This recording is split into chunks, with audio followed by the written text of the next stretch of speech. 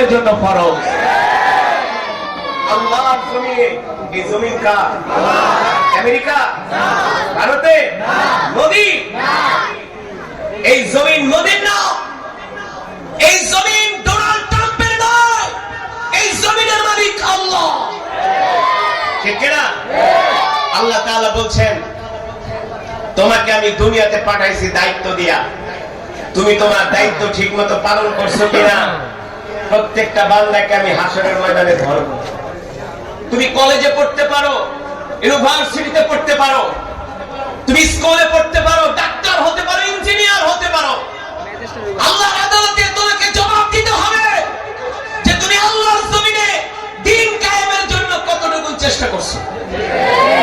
গত সপ্তাহে north south ইউনিভার্সিটিতে, বাংলাদেশের নাম করা একটা প্রাইভেট ইউনিভার্সিটি, সেখানে আমার ডক্টর শেখ আহমদুল্লাহ, ডক্টর মিজানুর রহমান আজহারি, জাতীয় মসজিদ বাইতুল মোকাররমের খতিব আব্দুল মালিক সাহেব দামাত বারকাতুহুম, আমাদের একটা প্রোগ্রাম ছিল নর্থ সাউথ ইউনিভার্সিটিতে। নর্থ সাউথ ইউনিভার্সিটির যিনি হেড অফ কন্ট্রোল,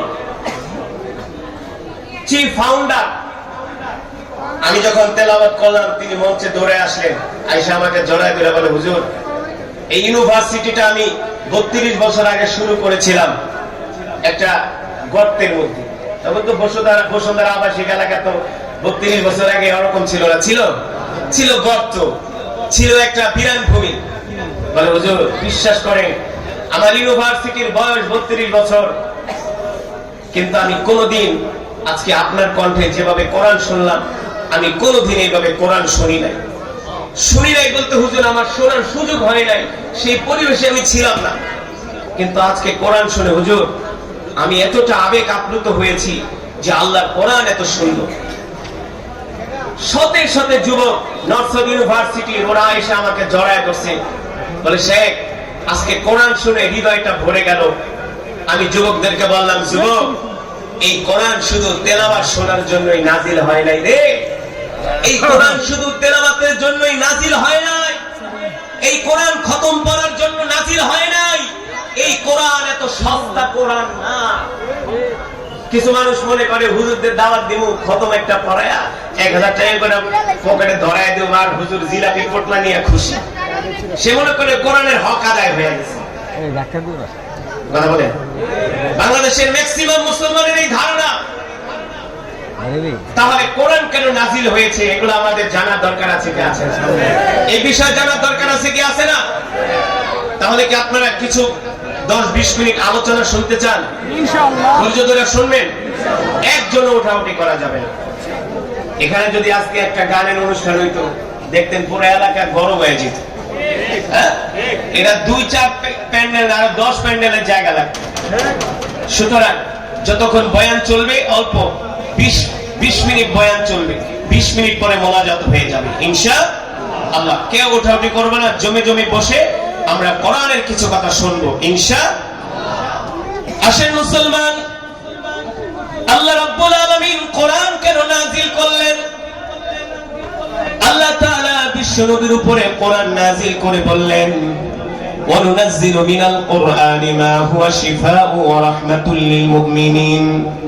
নবী হে আমার, আমি আল্লাহ আপনার উপর যে কোরআন নাজিল করেছি, এই কোরআন আমি মুমিনের শিফার জন্য নাজিল করেছি, এই কোরআন আমি মুমিনের মুক্তির জন্য নাজিল করেছি। এই কোরআন হলো আমাদের জন্য পথ প্রদর্শক, এই কোরআন হলো আমাদের জন্য একটা গাইডলাইন, এই কোরআন হলো আমাদের জন্য একটা গাইড বুক। অথচ আজকে আমরা মুসলমানরা সেই কোরআন পড়ি না, সেই কোরআন বুঝি না, সেই কোরআন বোঝার জন্য চেষ্টা করি না। অথচ এই কোরআন এমন কোরআন, যুবক রান্নাঘর থেকে শুরু করে সংসদ ভবন পর্যন্ত চলার জন্য যা কিছু দরকার সবকিছু আল্লাহ গোটা 30 পারা কোরআনে বলে দিয়েছেন। ঠিক কিনা বলেন? আপনি কিভাবে কথা বলবেন এটাও কোরআনে আছে, আপনি কিভাবে খাবেন এটাও কোরআনে আছে, আপনি কিভাবে নামাজ পড়বেন, কিভাবে ব্যবসা করবেন, কিভাবে রাষ্ট্র পরিচালনা করবেন, কিভাবে আপনি অর্থনীতি পরিচালনা করবেন, কিভাবে আপনি বিচার ব্যবস্থাকে আপনি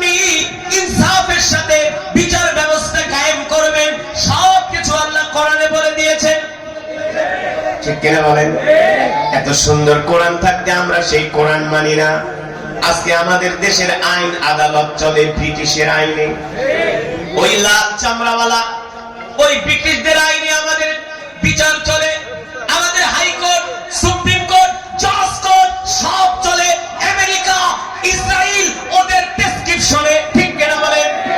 অথচ আল্লাহ তাআলা ঘোষণা করেছেন যালিকাল কিতাবু লা রাইবা ফীহি হুদাল লিল মুত্তাকিন। আমি আল্লাহ তোমাদের যেই কোরআন দিয়েছি এই কোরআনের মধ্যে কোনো সন্দেহ নাই, সন্দেহের অবকাশ নাই। আল্লাহু আকবার। আমরা যদি কোরআন দিয়ে রাষ্ট্র পরিচালনা করতাম, এই দেশের মধ্যে মারামারি, কাটাকাটি, হানাহানি, হিংসা, বিদ্বেষ, ধর্ষণ, চুরি, ডাকাতি কোনো কিছু বাংলার জমিনে থাকতো না, ঠিক কিনা বলেন? আজকে আমরা কোরআনের আইন, কোরআন দিয়ে রাষ্ট্র পরিচালনা না করার কারণে আমাদের সমাজের ভিতরে অপরাধ এমন ভয়াবহ আকার ধারণ করছে, একটার পর একটা অপরাধ সংগঠিত হয়, তার বিচার হয় না। তার একমাত্র কারণ হলো বর্তমানে বিচার টাকা দিয়া কেনা যায়।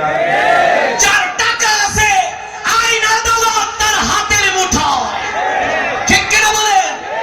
কিন্তু কোরআন দিয়ে রাষ্ট্র পরিচালনা করলে সেখানে অর্থ দিয়া কখনো বিচারককে কেনা যেত না।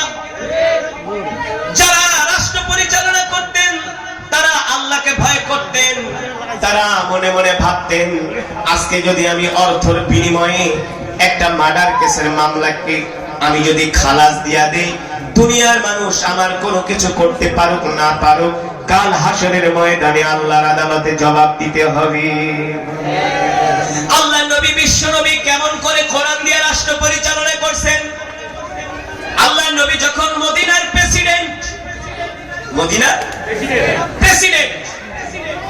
এই যুবক, তোমার নবী শুধু নবী না, তিনি কিন্তু মদিনার প্রেসিডেন্টও ছিলেন, ঠিক কিনা বলেন? তিনি এমন নবী, ওয়ামা আরসালনাকা ইল্লা রাহমাতাল লিল আলামিন, কুল কায়নাতের নবী, तमाम পৃথিবীর জন্য রহমত। সেই বিশ্ব নবী মদিনার প্রেসিডেন্ট, মদিনার ক্ষমতা যার হাতে, মক্কার ক্ষমতা যার হাতে, তিনি হলেন রহমাতুল লিল আলামিন। আল্লাহর নবী মসজিদে নববীর বারান্দায় বসে আছে, বুখারীর বর্ণনায় আসছে, উট ভর্তি ভর্তি বিভিন্ন জায়গা থেকে খাবার আসতেছে, খাবার। অযুবক, কেমন করে আল্লাহর নবী রাষ্ট্র পরিচালনা করেছিলেন? কি ছিল তাদের রাষ্ট্র পরিচালনার পদ্ধতি? আল্লাহর নবী মসজিদে নববীর বারান্দায় বসে আছেন, দূর দূরান্ত থেকে উট ভর্তি খাবার আসতেছে, খাবার স্তূপ হয়ে আছে মসজিদে নববীর বারান্দায়, শতে শতে খাবারের বস্তা। কিন্তু মদিনার প্রেসিডেন্ট বিশ্ব নবীর ঘরে 3 দিন পর্যন্ত চুলায় আগুন জ্বলে না। কয়দিন? আপনারা শুনছেন জো বাইডেন 3 দিন পর্যন্ত না খেয়া ছিল, ট্রাম্প মোদি না খেয়া ছিল। বাংলাদেশে যারা ইতিপূর্বে রাষ্ট্র পরিচালনা করছেন তারা অনেকদিন না খেয়া ছিল, তারাও প্রেসিডেন্ট। আমার নবীও ছিলেন প্রেসিডেন্ট। 3 দিন পর্যন্ত আল্লাহর নবীর ঘরের চুলায় আগুন জ্বলে না, অথচ গুদামের মধ্যে খাবারের অভাব নাই। হযরত হাসান হুসাইন না খেয়ে আছে, হযরত আলী পর্যন্ত না খেয়ে আছে, হযরত ফাতেমা না খেয়ে আছে। ছোট হাসান হুসাইন দেখছেন নানা জানের সামনে খাবারের বস্তা, ছোট মানুষ দৌড়ায় গেছে মার কাছে, মা দেখছি নানা জান খাবারের বস্তা নিয়ে বসে আছে, আমাদের ঘরে তো 3 দিন চুলায় আগুন জ্বলে না, তুমি যে একটু নানা জানকে বলো আমাদেরকে যাতে 1 কেজি আটা দেয়, কয়েকটা রুটি যদি আমাদেরকে বানায় দাও, আমরা 2 ভাই হাসান হুসাইন খাইতাম। ছোট মানুষ 3 দিন পর্যন্ত কিছু খায় না, ক্ষুধার যন্ত্রণায় হাসান হুসাইন হাঁটতে পারে না, হাঁটা ধরলে পড়ে যায়, মাথা ঘুরিয়ে পড়ে যায়। এই অবস্থা, এত দুর্বল হয়ে গেছে, কোন মাই পারে না, কোন মায়ের সামনে সন্তান ক্ষুধার জন্য কষ্ট পাক, এটা পৃথিবীর কোন মা বাবা সইতে পারে? মা বাবা সইতে পারে না।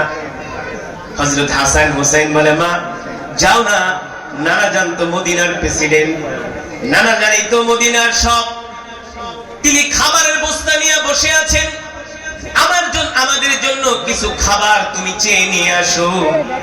এই কথা শোনার পরে হযরত ফাতেমা বাড়ি থেকে বের হইয়া মসজিদে নববীতে আসছেন। আয়েশা আল্লাহ রাসূলকে বলেন, আব্বাজান, আমি আপনার কলিজার টুকরা ফাতেমা, প্রেসিডেন্টের কন্যা। কার কন্যা? ছেড়ে বলেন না। প্রেসিডেন্টের কন্যা হযরত ফাতেমা, বেহেশতের সরদারিনী, সুবহানাল্লাহ বলেন, খাতুনে জান্নাত, বেহেশতের সরদারিনী হযরত ফাতেমাতুজ জাহরা।